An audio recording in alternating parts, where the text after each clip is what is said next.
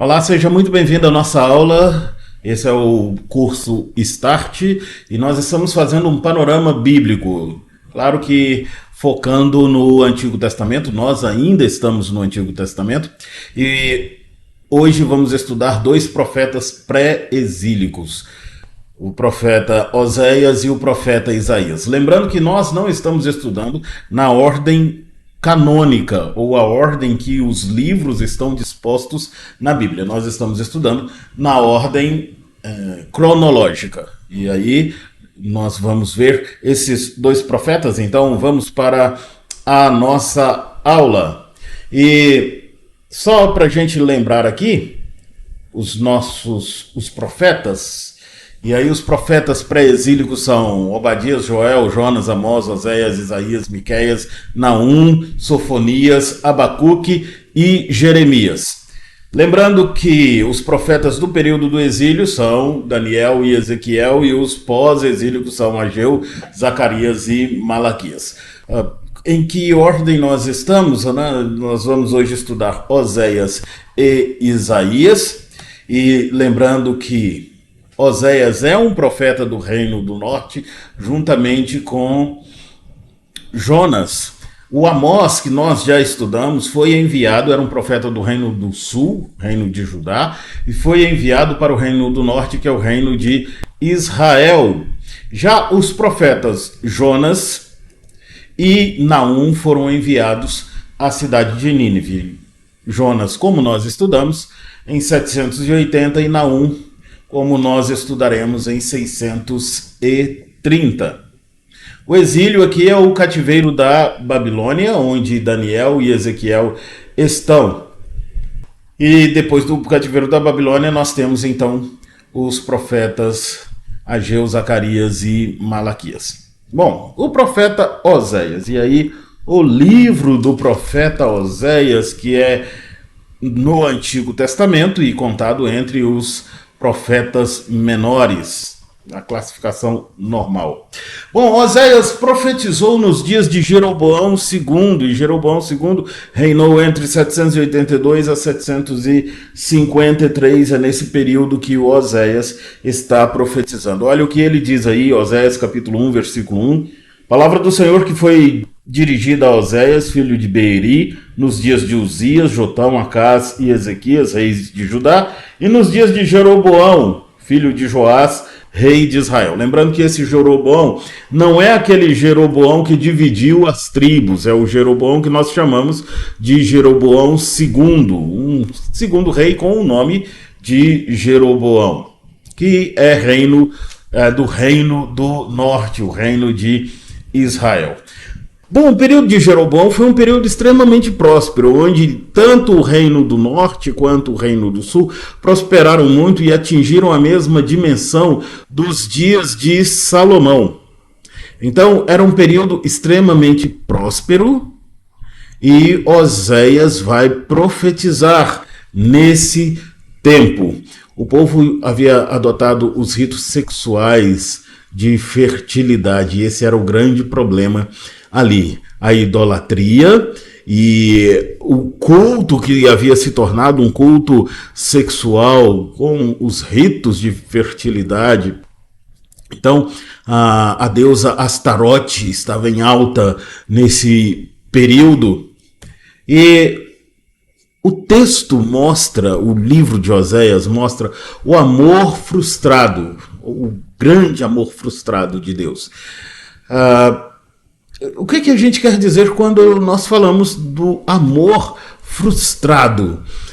Não é que Deus havia se frustrado, a sua expectativa quanto ao povo, mas essa é uma forma humana de mostrar a traição do povo na idolatria. Exatamente por isso, dê uma olhada aí no versículo 2 de Oséias 1, que diz assim: quando pela primeira vez falou o Senhor por intermédio de Oséias, então o Senhor lhe disse: vai, toma uma mulher de prostituição e terás filho de prostituição, porque a terra se prostituiu, desviando-se do Senhor. Oséias deveria tomar uma mulher, e Deus já estava advertindo o profeta que ele seria traído por essa mulher.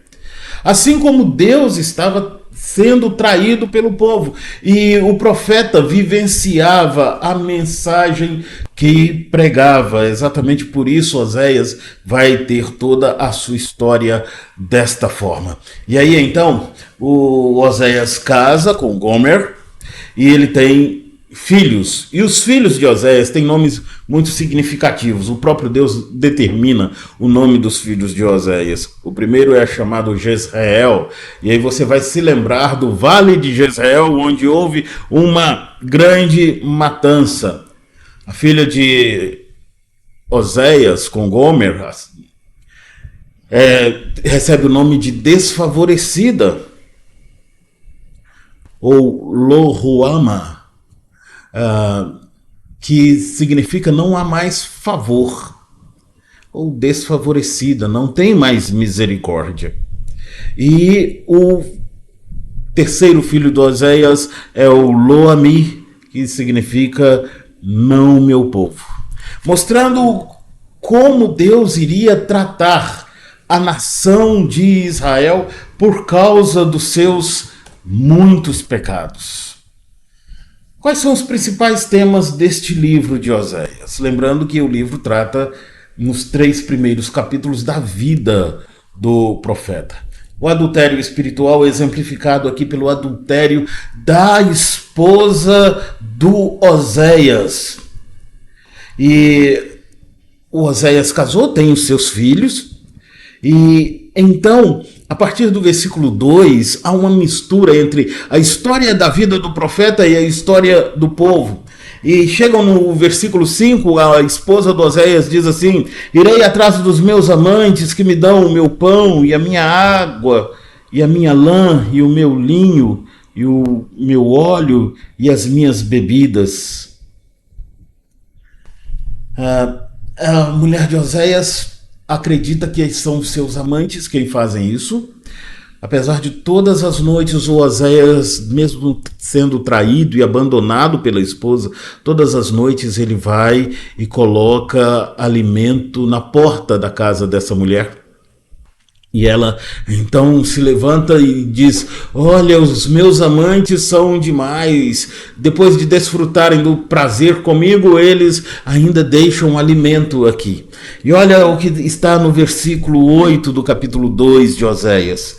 Ela, pois, não soube que eu lhe dei o trigo e o vinho e o óleo, e lhe multipliquei a prata e o ouro que eles usaram para Baal. E aí há uma mistura da visão de Deus para com o seu povo e do relacionamento de Oséias para com a sua mulher, mostrando que o profeta está vivendo aquilo que Deus está sentindo quanto à traição do seu povo. Então, o adultério espiritual é um dos temas deste livro. O conhecimento de Deus, e é uma convocação para que a gente conheça, se aproxime deste Deus. E por que se aproximar deste Deus? O capítulo 3 vai dizer que a mulher de Oséias tornou-se velha, já não servia mais para a prostituição, então ela é vendida, levada a leilão.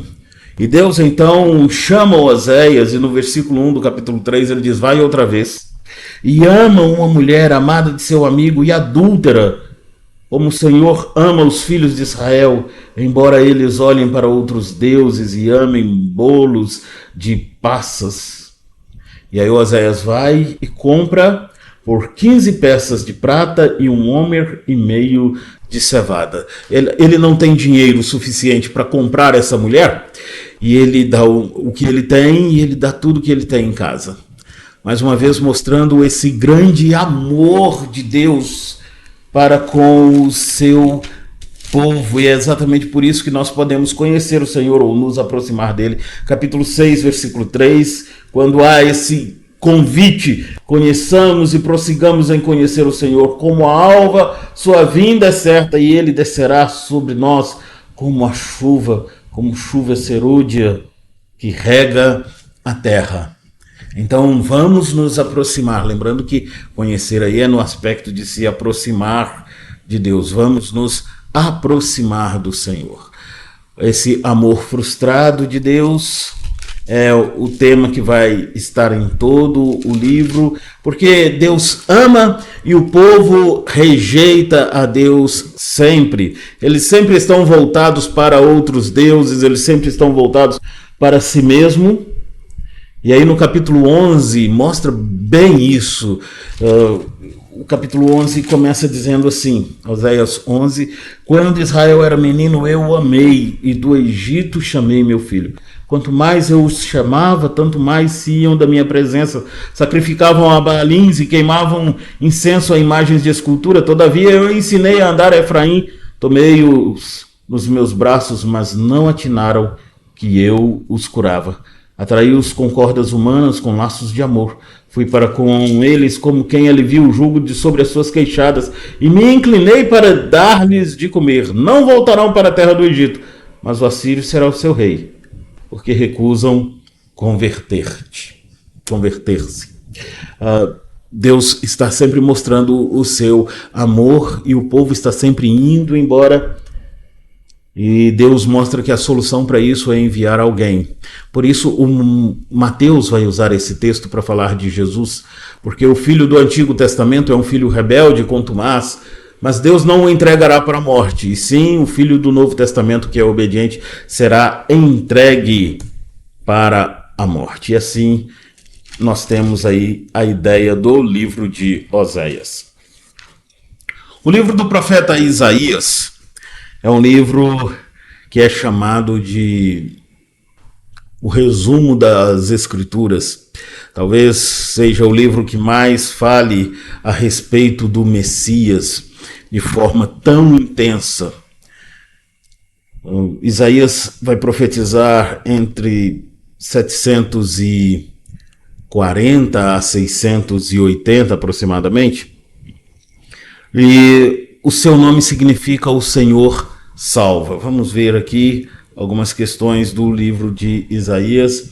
Ele é um profeta do palácio, ou seja, ele é um parente da realeza, da nobreza. Isaías ministrou entre 740 a 680, como nós já mostramos, já falamos aqui. É um profeta messiânico, porque ele apresenta muito a ideia do Messias. Alguns vão dizer que Isaías é a Bíblia em miniatura, 39 livros falando sobre o juízo de Deus e 39 capítulos falando do juízo de Deus e 27 capítulos falando da graça de Deus, assim como o Antigo Testamento, os 39 livros falam do juízo de Deus e o Novo Testamento apresenta o Deus da graça. Eu não gosto desta divisão, deixa eu até me aproximar mais de você aqui. Eu não gosto muito dessa divisão, porque o Antigo Testamento não fala do juízo de Deus exclusivamente. O Antigo Testamento revela muito a graça, o amor de Deus. Nós acabamos de ver o livro do profeta Oséias e como Deus apresenta o seu amor de forma tão intensa nesse livro. Então Isaías começa também falando sobre juízo e graça, perdão de Deus. E a gente vai ver isso de forma muito intensa no livro do profeta Isaías. Isaías fala sobre 3 discursos do julgamento de Deus, apresenta 3 discursos de julgamento de Deus, vai do capítulo 2, versículo 5 ao versículo 21, onde há uma questão de juízo de Deus, mas nós encontramos também em meio a esse juízo a graça. Olha só o que diz o versículo 2, do capítulo 2, nos últimos dias acontecerá que o monte da casa do Senhor será estabelecido no cimo dos montes e se elevará sobre todo o outeiro, e para ele afluirão os povos, mostrando o Deus da graça. E o Deus que, mesmo trazendo o seu juízo, ele é aquele que é a luz. O versículo 5, que mostra o julgamento de Deus, já começa assim: vinde, ó casa de Jacó, e andemos na luz do Senhor. Já é um convite para estar perto de Deus.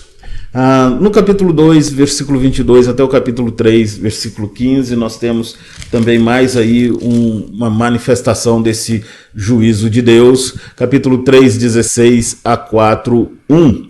E aí são os 3 julgamentos de Deus, mostrando o pecado do povo, o juízo de Deus, mas a sua graça e a sua misericórdia em conceder perdão a esse povo. O capítulo 5 apresenta 6 ais contra os povos, e o profeta fala sobre ai daqueles que juntam casa, ai daqueles que são gananciosos, ai daqueles que são valentes para beber e não só bebem, mas incitam outros a beber. O que me impressiona no capítulo 5 é justamente essa questão aqui, que como começa o capítulo 5, com uma parábola do amado, o amado que prepara uma vinha, ele escolhe as melhores sementes, ele quer ter o melhor vinho e ele prepara tudo, coloca uma torre de vigia, cerca a vinha, prepara um lagar para pisar as uvas, mas quando as uvas chegam no tempo da colheita, elas são uvas azedas, elas não servem para o vinho. Então ele pergunta: o que eu vou fazer? Eu vou destruir a proteção e os animais passarão, o boi passará sobre a vinha e pastará nela. Mostrando o juízo de Deus, e Deus preparou um povo para ser o seu povo, mas esse povo se afastou dele, não querendo caminhar em seus caminhos. E aí no capítulo 6 o profeta profere o 7º ai, que é ai sobre ele mesmo. Isaías profetiza contra as nações sempre numa perspectiva messiânica. Primeiro contra a Babilônia, e aí do capítulo 13 ao 14 até o versículo 23. O final do capítulo 14 é contra a Síria, a Filistia. Capítulo 15 a 16, 14 contra Moabe.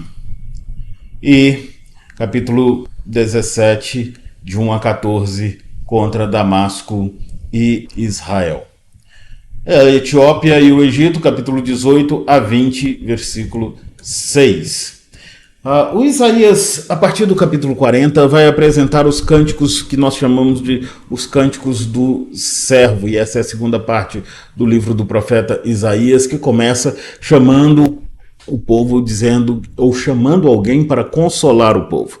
E é assim que começa o capítulo 40, consolai o meu povo. E esse é um convite de Deus para alguém. Claro que quem vai consolar esse povo? Quem pode consolar esse povo é o Messias, o enviado do próprio Deus. Ele pode e ele consolará o povo. Então esse é o convite de Deus para que o Messias console o seu povo. E como Deus vai consolar? Essa é a grande questão.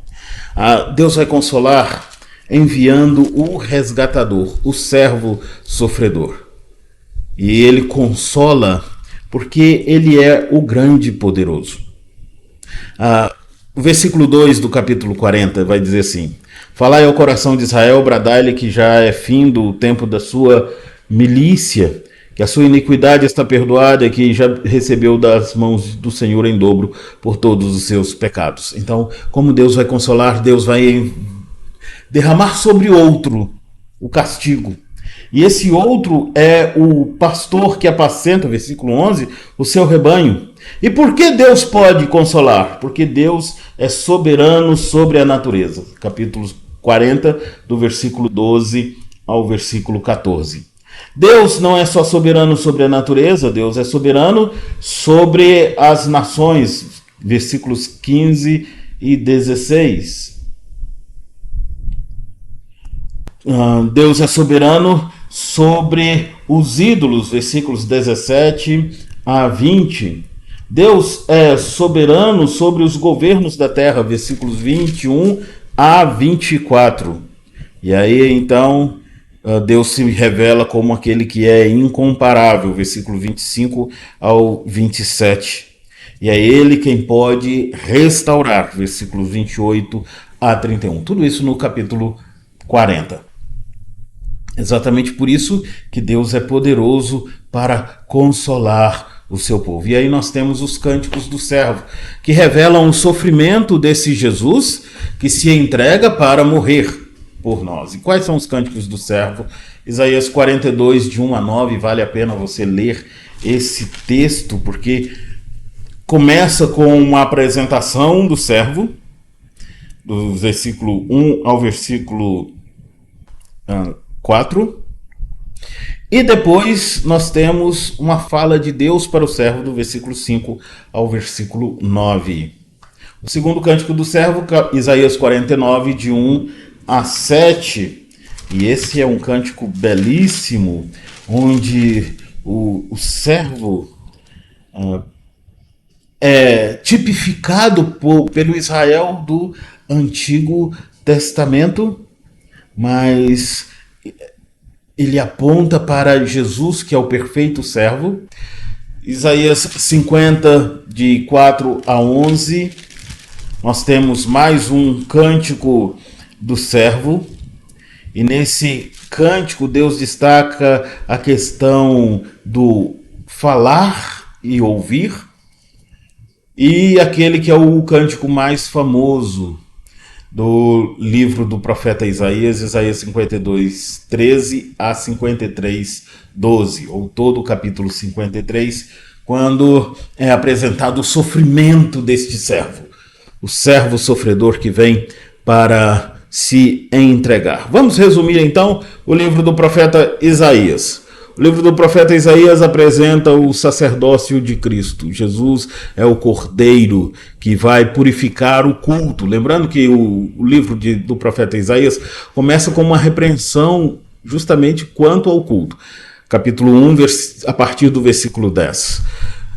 Essa repreensão quanto ao culto, e Jesus vem para corrigir isso. E por que Jesus vem para corrigir? Jesus vem para corrigir porque ele ama. Lembra lá de Apocalipse 3?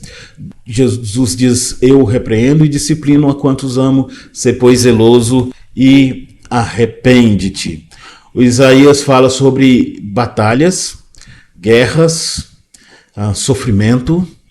O povo está às portas de ser derrotado, e aí no livro do profeta Isaías nós temos a Síria chegando, mas o Senhor é o defensor do seu povo. O Senhor defende Judá. Por quê? Porque o castigo que nos traz a paz, Isaías 53, estava sobre ele. Ele vai sofrer o castigo no nosso lugar, e ele faz isso para criar um novo céus e uma nova terra, e assim termina o livro do profeta Isaías. O capítulo 66 vai mostrar de forma belíssima como Deus restaura todas as coisas. O Senhor restaura todas as coisas, criando novos céus e nova terra. Chegamos ao final de nossa aula, espero que você tenha gostado e entendido um pouco sobre o livro do profeta Oséias e o profeta Isaías. Vale muito a pena você ler estes livros e, se quiser, rever esta aula. Que Jesus te abençoe, te espero em nossa próxima aula.